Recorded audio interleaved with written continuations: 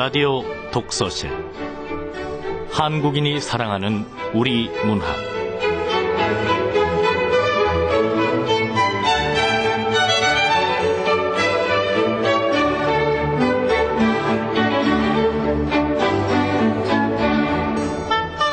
안녕하세요. 아나운서 김경란입니다. 쑥부쟁이 사랑 정일근 사랑하면 보인다. 다 보인다.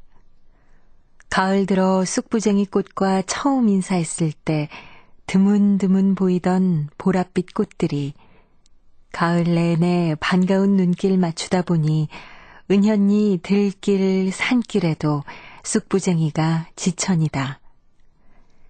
이름 몰랐을 때 보이지도 않던 쑥부쟁이 꽃이 발길 옮길 때마다 눈 속으로 찾아와 인사를 한다. 이름 알면 보이고 이름 부르다 보면 사랑하느니 사랑하는 눈길 감추지 않고 바라보면 꽃잎 낱낱이 셀 수 있을 것처럼 뜨겁게 선명해진다. 정일근 님의 시 쑥부쟁이 사랑의 앞부분입니다. 이 시의 마지막은 이렇습니다. 사랑하면 보인다. 숨어 있어도 보인다. 사랑하면 보인다는 말 경험하신 적 있으신가요? 그전에는 그 자리에 있었는지 없었는지 관심도 없다가 이상하게도 눈에 잘 띄고 눈길 한 번 더 가고 자꾸만 돌아보게 되는 그런 경험. 또 그러다가 욕심이 생기기도 하죠.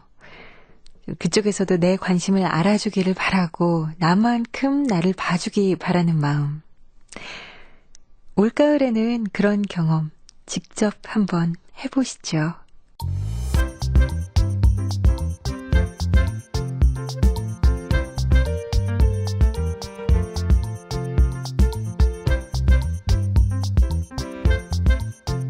소리로 만나는 책 라디오 독서실 한국인이 사랑하는 우리 문학을 김경란 아나운서와 함께 만나봅니다.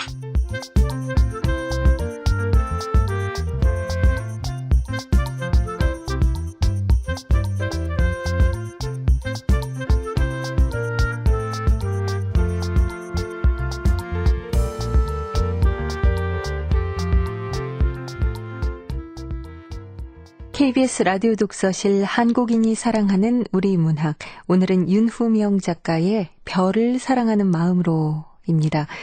이 작품은 1994년 제39회 현대문학상 수상작이기도 한데요. 윤후명 작가는 1967년 경향신문 신춘문예에 시 빙하의 새가 당선돼 시인으로 활동을 먼저 했고요. 79년 한국일보 신춘문예에 소설 산역이 당선돼 소설가와 시인의 길을 병행하셨습니다. 대표작이 많은데요. 그중에서 외국어로 번역돼 해외에 소개된 작품은 돈황의 사랑, 원숭이는 없다, 사막의 여자 등이 있습니다. KBS 라디오 독서실 한국인이 사랑하는 우리 문학 윤후명 작가의 별을 사랑하는 마음으로 들어보시죠.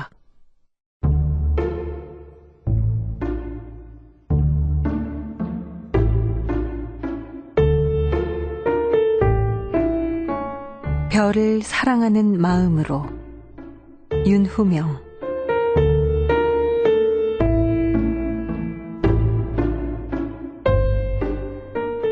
그날 오후에 나는 자작나무에 관한 시를 읽고 있었다. 오후라고는 해도 아직은 일렀다. 해가 기울자면 아직 이르다는 것보다 약속 시간까지는 시간이 얼마 더 남아 있었다는 뜻이다. 사실 나는 망설이고 있었다. 전시회 초청장을 받은 며칠 전부터 망설임은 시작되었었다. 약속이라는 것 자체가, 아니 시간은 그만두고 약속이라는 것 자체가 근거를 의심할 만했다. 약속이란 서로가 합의해야만 성립하는 것이다. 그러나 이 경우 그녀의 말에 나는 희미하게 웃었을 뿐이었다. 아마 고개를 약간 끄덕거리기야 했겠지만 그것도 희미했으리라. 그 희미한 웃음 속에서 그녀가 그림을 그리고 있는 모습이 떠오른다. 그녀는 몇 개월 전 그곳에서 분명히 그림 그리기에 열중하곤 했었다. 병원에 들어가서도 며칠 동안 나는 그녀가 같은 병동에 있는 사실을 몰랐었다.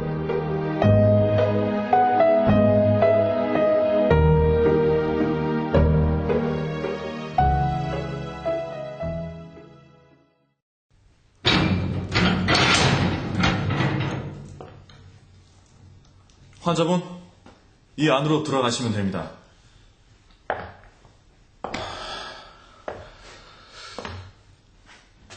여기가...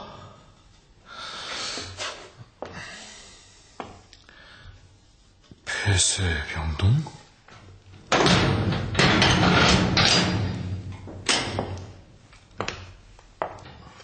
이쪽으로 오세요. 예. 폐쇄병동이라고 해서 이상하게 생각하실 건 없으세요. 병원 본관 건물과 떨어져 있다는 것과 출입이 자유롭지 않은 것 외에는 괜찮을 겁니다.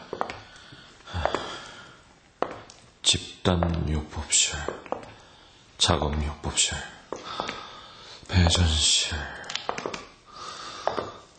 의사상담실, 비소동물실, 치료실, 간호사실. 저쪽은 휴게실입니다. 돌아가면 병실이 있고요. 약간의 규칙이 있다는 것에 강압적이거나 그런 건 없습니다. 약간의 규칙? 네. 약간의 규칙은 있습니다. 아무리 자유롭다 그래도 환자분들이고 다 같이 생활하는 곳이니까요. 그렇다고 걱정할 정도는 아닙니다. 불편한 점이 있다면 보호자분 오셨을 때 퇴원 조치 해달라고 하시면 되니까 너무 걱정하지 마시고요. 예. 박 선생, 환자분 오셨어요. 네, 이 방으로 들어오세요.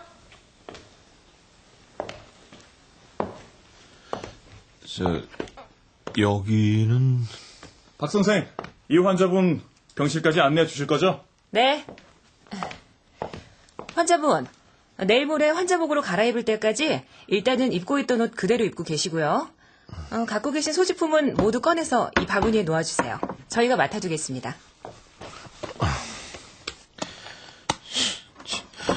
맡아두는 게 아니라 압수구만. 여기... 혁대도 끌어주세요. 예? 혁대요? 네. 환자의 안전을 위한 거니까 협조해 주시죠. 환자의 안전이요? 어떤 안전이요? 아니, 혁대를 메고 있는 게 뭐가 위험하다는 거죠? 혁대로 다른 사람을 다치게라도 한단 말인가요? 간혹 이런 걸로 자살을 하려는 환자가 있어서요. 예.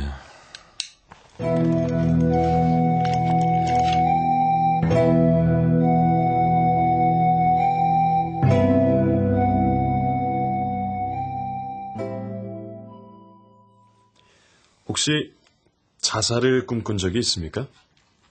예? 혹시 자살을 꿈꾼 적이 있습니까?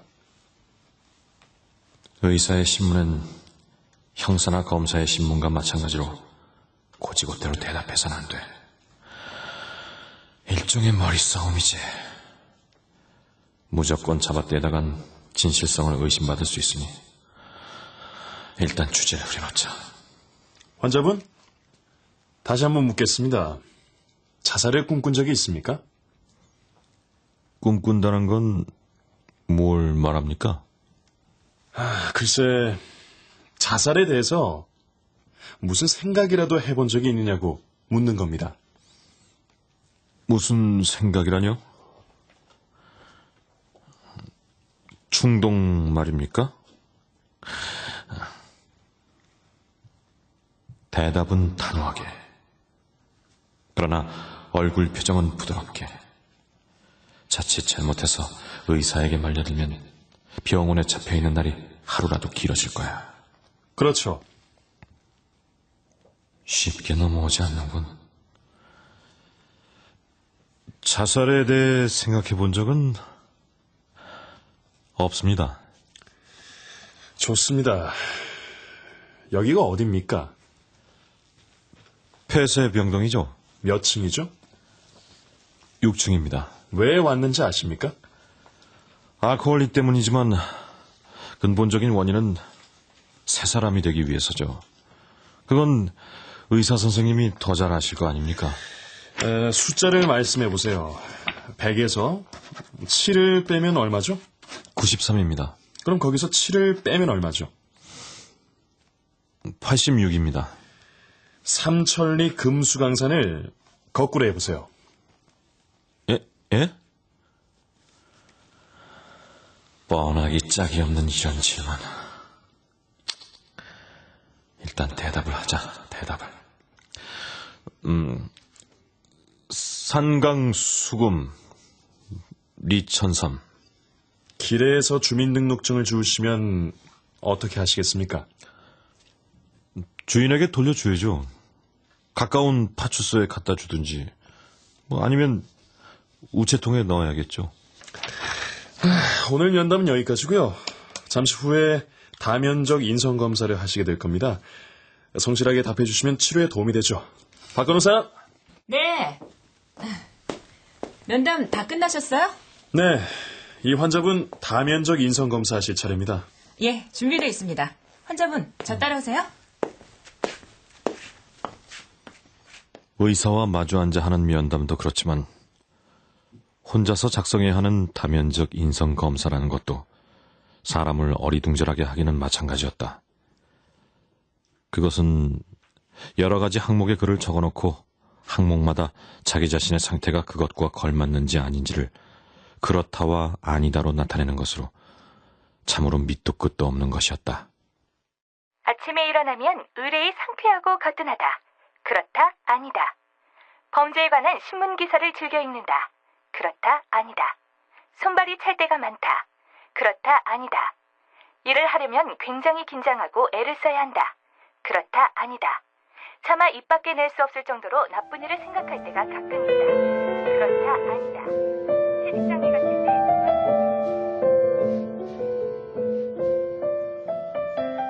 그녀를 만난 곳은 미술요법 시간이었다.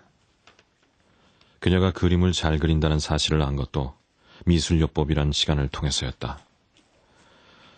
미술요법이란 독서요법과 오락요법과 작업요법 등의 시간과 함께 일주일에 1시간씩 그림 그리기로 치료 효과를 돕게끔 시도하고 있는 프로그램이라고 했다. 그런 시간이라길래 기웃거리며 작업요법실 문을 열고 들어가 보니 벌써 몇 명이 열심히 그림을 그리고 있었다. 야, 역시 잘 그리시네요. 이렇게 하면 되는 건가요? 예. 명함을 줄 때는요, 이쪽을 조금 더 칠해 주시고. 그러니까 한결 좋네요. 왜 거기 서 계세요? 예. 거기 의자에 앉으셔서 저기 탁자 위에 놓인 과일을 스케치하시면 됩니다. 아니면은 그리고 싶은 거 아무거나 그려도 좋고요. 이따 제가 봐드리겠습니다. 예.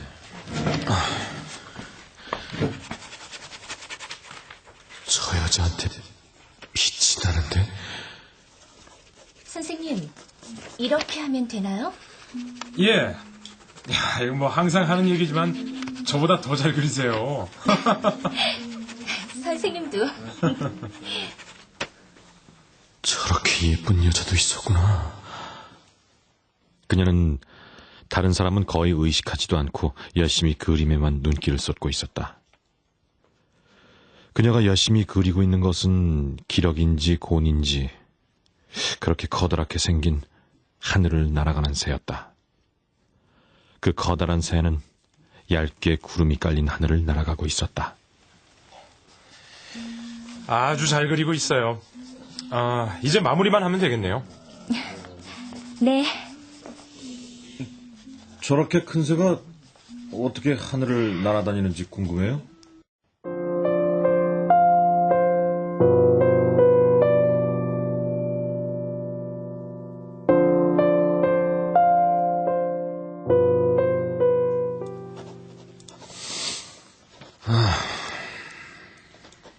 문장 완성 검사하는 것도 치료니까 끝까지 해주세요.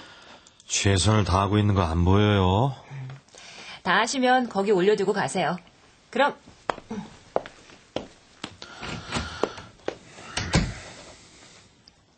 대체 이런 거 언제까지 해야 되는 거야?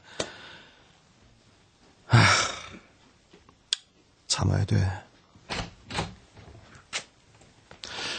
문장 완성 검사 열심히 하고 있습니다.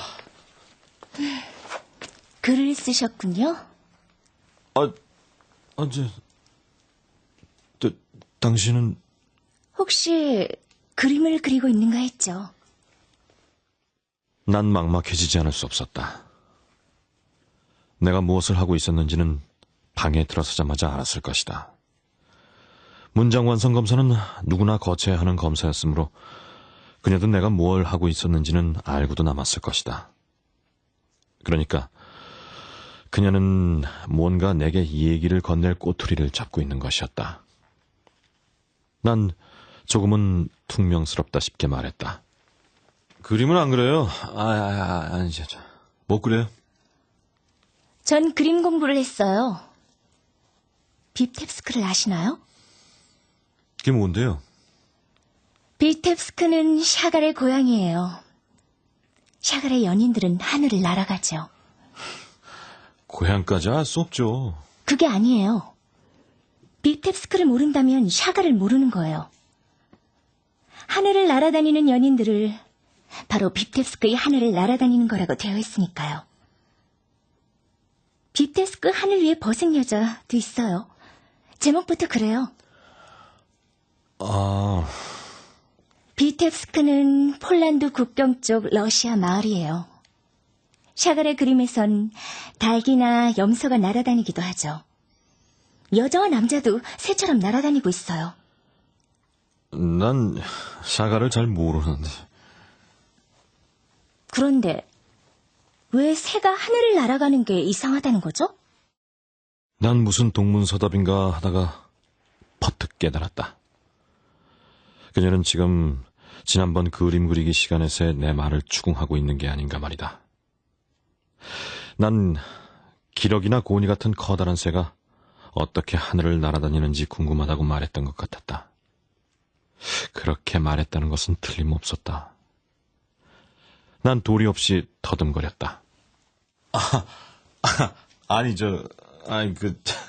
그게 아니라. 샤갈을 좋아한 건 아니에요. 그렇지만 하늘을 자유롭게 날아다니는 사람들은 좋아요. 프랑스와 러시아의 하늘을 다 말이에요. 프랑스와 러시아의 하늘. 그렇죠. 러시아에 가고 싶어요. 얼마 전부터 그렇게 가고 싶은 거요. 여기서 나가면 꼭 갈 거예요. 그날의 만남은 그 대화를 마지막으로 끝났다. 오후의 투약 시간이 돼 간호사가 방방이 돌아다니고 있었던 것이다. 난 약을 받아 먹으면서 그녀가 날 찾아온 까닭을 더욱 확실히 깨달을 수 있었다. 그녀는 결코 샤갈이라는 화가를 말하려고 온 것이 아니었다. 그렇다면 혹은 날개? 그렇다.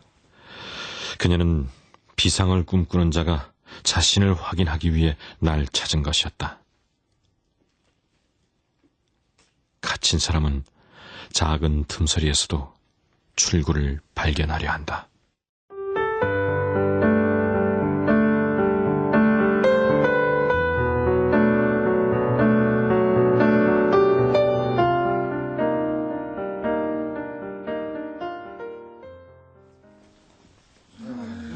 자, 휴게실에 간식이 준비되어 있습니다. 마음껏 드시면서 쉬세요. 사무실에 계시죠? 예. 안녕하세요. 제가요, 스님한테 선물 하나 받았거든요? 성철 스님이 그린 그림이라는데 동그라미만 크게 그려져 있는 거예요. 그게 무슨 뜻인지 혹시 아세요? 글쎄요, 불교의 원흉사상? 뭐 한마디로 말할 수 있는 게 아닌지도 모르죠.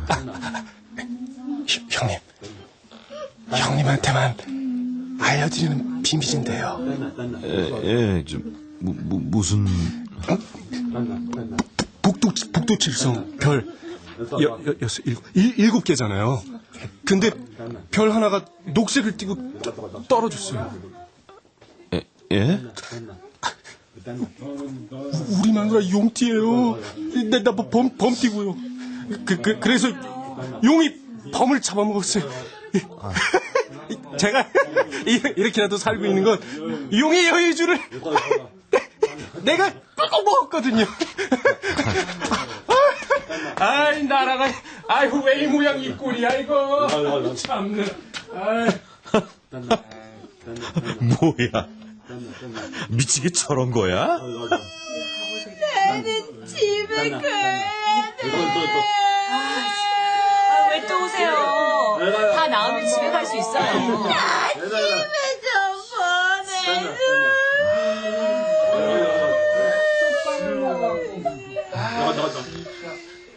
보내줘. 이상한 환자들 때문에 나까지 이상해지겠네.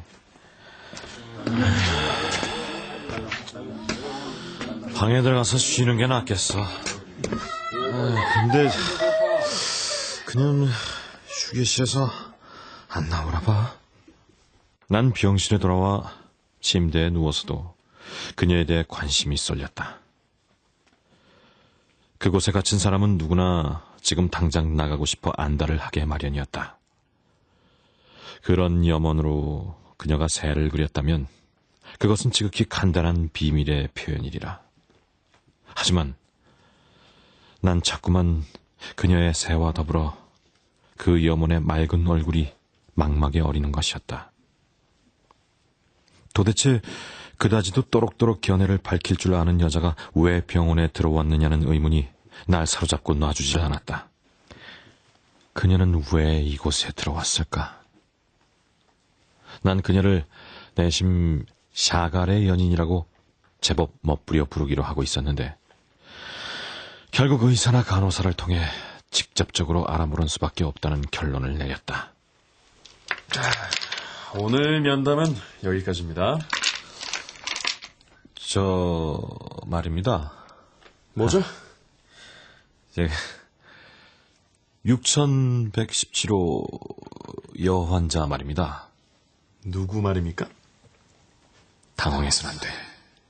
자칫 무슨 의혹이라도 있는 것처럼 여겨지면 쓸데없이 난처해질 수 있으니까. 6117호 환자, 그림 잘 그리는 환자요. 그 환자가 왜요? 아시죠? 그 샤갈의 아니죠. 그 환자 말입니다. 무슨 연인이라고요? 아닙니다. 그냥 그 환자라고 했습니다. 그래서요? 별건 아닙니다. 그 여자가 어떤 증세로 들어왔는지 그냥 좀 궁금했어요. 방에서 도통 나오지는 않으니까요. 혹시 자폐증은 아닌가요? 환자가 다른 환자에 대해 자폐증 아니냐고? 자폐증이 아니라요. 일종의 과대망상증이죠. 멀쩡하다가도 한 가지 비행기를 몰고 북한으로 갔었다는 겁니다. 네? 비행기요? 북한을요? 자기가 말입니까? 그렇죠. 고위층을 만나러 갔다고요.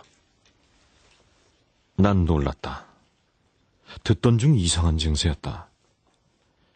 비행기를 조정해 북한으로 갔었다는 것이 무슨 뜻인지 까마득하기만 했다. 혼란스럽기 그지없었다.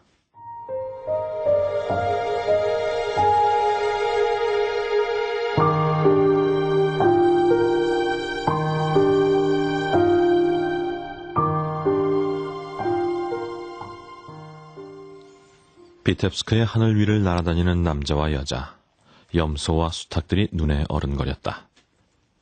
그녀도 그런 모습을 그리고 싶어 했다고 믿어졌다. 그녀가 그린 새는 단순히 하늘을 날아가는 새가 아니라 분단된 현실 위를 날아가는 새라는 생각도 들었다. 그날 의사에게 그녀의 증세를 들은 이후 난 부쩍 그녀에게 신경이 써졌다. 간호사들에게도 무엇인가 알아내려고 지나가는 말처럼 묻기도 했다. 그와 같은 노력 끝에 내가 알아낸 것은 그녀의 아버지가 무슨 사업인가를 하는 상당한 재력가라는 사실과 그녀가 프랑스에 유학했었다는 사실이었다. 한마디로 부족한 것이 없는 환경에서 자란 여자였다. 그런 어느 날 저녁이었다.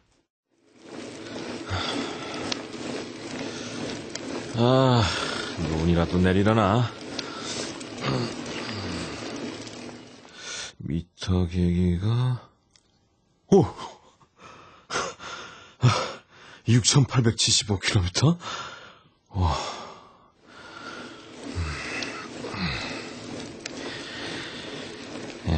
혹시 내가 모든 일로부터 너무 많이 달려온 건 아닐까? 자전거를 잘 타시나요? 예.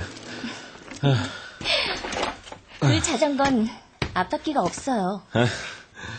운동용 자전거니까요. 자전거 타시게요? 아니에요. 난 여기서 나가면 말을 살 거예요. 그래서 말을 탈 거예요. 말을요? 언제쯤 나가나요? 아마 내일이나 모레요? 선생님은요? 퇴원한다는 얘기하러 왔었구나. 아무튼 축하해요. 뭐 나가면 그림도 그려야지. 그림은 자신 없어요. 뭐든지 늘 날아다니게만 그리니까. 그녀는 문득 말했다. 난 다시금 놀랐다. 그녀는 여지껏 그녀가 꿈꾸던 것과는 전혀 다른 말을 하고 있었다. 그녀가 날아다니는 사람을 말한 것은 불과 얼마 전의 일이었었다. 그런데 그새 그녀는 변하고 만 것이었다. 그 결과 그녀가 퇴원을 하게 됐다면 난 또다시 혼란스러웠다. 그녀로 하여금 세상의 모든 것을 날 수 있게끔 하게 놔둔 채 그녀를 퇴원시킬 방법은 없는 것이었을까? 난 나도 모르게 자전거의 페달을 또 밟고 있었다. 난 날아다니는 게 좋은데. 새 같은 건 이제 싫어요. 그래도 취미 붙임일을 찾아야죠. 그래서 그림 얘기를 한 거지. 날아다니는 거 아니고 뭘 그리죠? 그냥 많지. 가령 저기서 나무들? 나무요? 나무가 있었군요. 뿌리를 내리는 나무라. 그런데 선생님은 왜 여기 오셨어요? 난 알코올릭, 술 때문에 들어왔다고 돼 있지. 그렇지만 이건 여기서 고칠 수 있는 건 아니래요. 술이야 뭐 나가서 스스로 끊어야 한대요. 그런데 왜 더 있어요? 뭐라고 할까? 난 이 기회에 새 사람이 되고 싶은 거야. 과거와의 단절을 시도하고 있다면 알아들을까? 밖에서는 그 계기를 만들기가 불가능했어요. 난 새로 태어나고 싶은 거야. 내 인생에서 몇 마디 말을 하는데 그토록 어려운 적은 여지껏 없었다. 오랜 세월 동안 난 늘 새롭게 살아야 하리란 명제에 괴로워해왔었다. 언제부턴가 한번 잘못 끼워진 단추는 자꾸만 다른 것들도 잘못 끼워지게끔 되고 있음을 난 절실히 느끼고 있었다. 술은 위안이 아니라 도피였다. 모두 열심히 잘 살고 있건만 내 인생은 변두리로만 흘러가고 있었다. 그리고 막연하게 새로운 삶을 꿈꾼다고는 해도 도대체 그것의 실상이 어떠한 것인지조차 가늠할 수가 없었다. 의미 있는 새로운 삶은 어디에도 없었다. 몇 날 며칠 바닷가 마을에서 술에 빠져 있다가 드디어 정신을 잃고 쓰러졌던 사내. 막상 새로운 삶의 계기를 만들기 위해 병동에 때밀리다시피 들어왔으나 막막한 심정은 더해가기만 할 뿐이었다. 새로 태어난다는 거. 나도 그러겠어요. 꼭이요. 고맙습니다, 선생님. 나무라고 했죠? 나무요. 난 나무를 그리겠어요. 난 하얀 자작나무가 좋아요. 자작나무를 그리겠어요.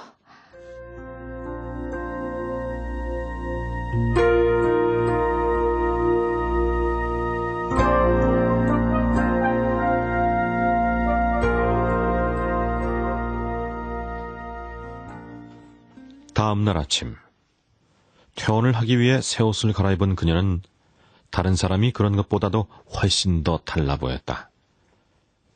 그녀는 그림 그리기 시간에 그랬던 것처럼 맑고 빛나는 얼굴이었다. 내가 그녀 앞으로 걸어가자 그녀는 기다리고 있었다는 듯 둘둘 말아서 들고 있던 도화지 한 장을 내밀었다. 그냥 선생님 얼굴 그려본 거예요. 아버지가 기다리고 계십니다. 네. 선생님, 창문으로 내려다 보실래요? 좀 멀긴 하지만 저 밑에서 인사를 드릴게요. 그리고 나무를 그려볼게요. 자작나무가 난 좋아요. 언젠가 그걸 그려서 보여드리겠어요. 그녀는 재빨리 말하고 고개를 까딱 숙여 보였다. 그때, 바로 그때 그녀가 희미한 웃음을 띄었다고 생각됐다. 그랬던가? 그것을 의심할 나위는 없다. 나도 그 웃음에 담례를 보냈다.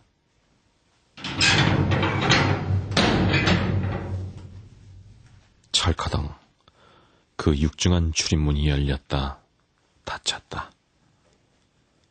창밑을 검은 승용차가 지나가다가 멎었다. 나는 그녀가 언제쯤 모습을 드러낼까 기다리며 무심코 그 승용차를 내려다보고 있었다. 승용차에서 누군가 내리더니 6층 창문 쪽을 올려다봤다. 그러더니 오른쪽 손을 들어 흔들었다. 안녕 하는 말이 내 귀에 들려오는 느낌이었다. 난 그 인사를 맞받아 역시 손을 들어 흔들었다. 안녕.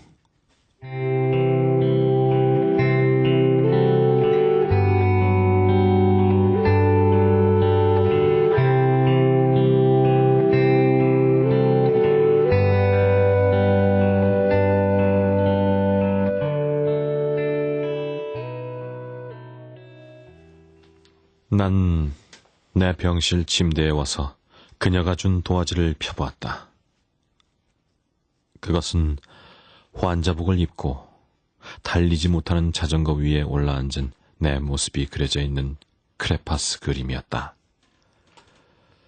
그 그림 윗부분에 행복한 모습이라고 제목처럼 씌어있는 글을 나는 얼마 동안 들여다보았다. 먼 훗날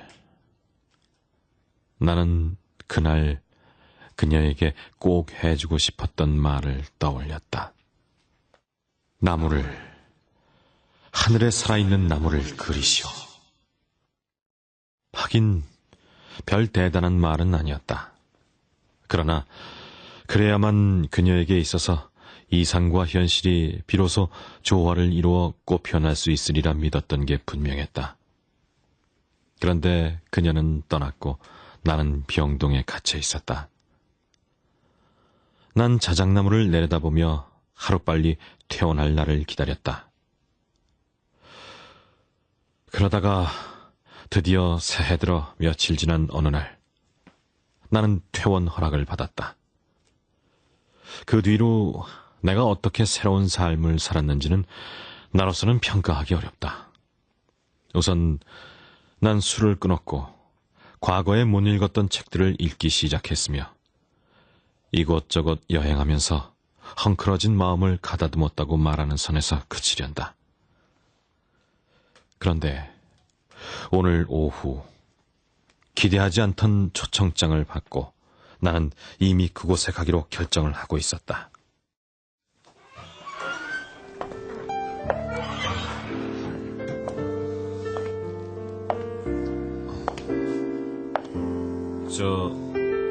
여기가 전시회 하는... 예, 전시회 하는 건 맞습니다. 그런데 화가 선생님이 안 보이시는데... 저 기억하시겠어요? 병원에 그림을 가르치러 갔었습니다만... 알고 말고요. 반갑습니다. 예. 근데 그녀는 다 준비해놓고 그만 다시 병원으로 갔습니다.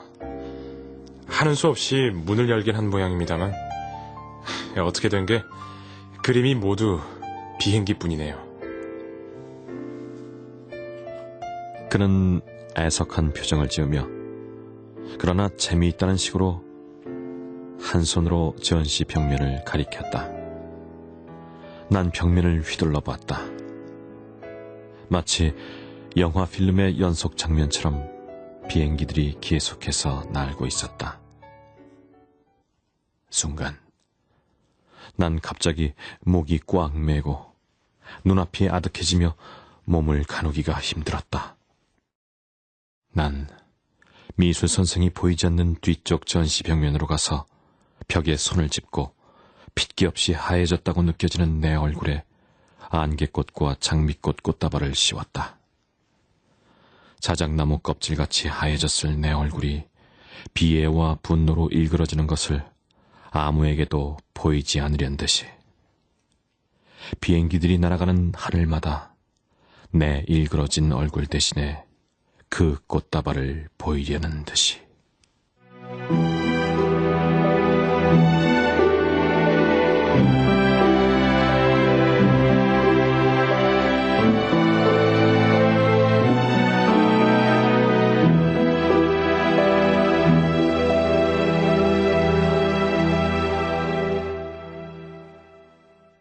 별을 사랑하는 마음으로 함께 하셨고요. 이 작품의 저자 윤후명 작가 이 자리에 직접 모셨습니다. 어서 오세요. 안녕하세요. 네, 반갑습니다. 저희가 이제 별을 사랑하는 마음으로 이 작품 함께 들어봤는데 이렇게 끝이 이렇게 날 줄 몰랐어요. 이렇게 힘이 쭉 빠지는지. 일단 어떤 작품인지 작가께서 직접 소개를 좀 해주시죠. 그 폐쇄병동에서 일어난 일을 다뤘어요. 그리고 폐쇄병동을 나와서의 어떤 뒤에 결말을 다뤘는데요. 네. 저로서는 좀 어려웠던 시기에 겪었던 일을 토대로 거기 어떤 제 생각에는 제 뜻은 그 병동의 얘기보다도 어떤 사랑의 얘기예요, 이게. 그게 더 중요하게 생각됐는데, 우리 사랑이라는 게, 참으로 이루어진다는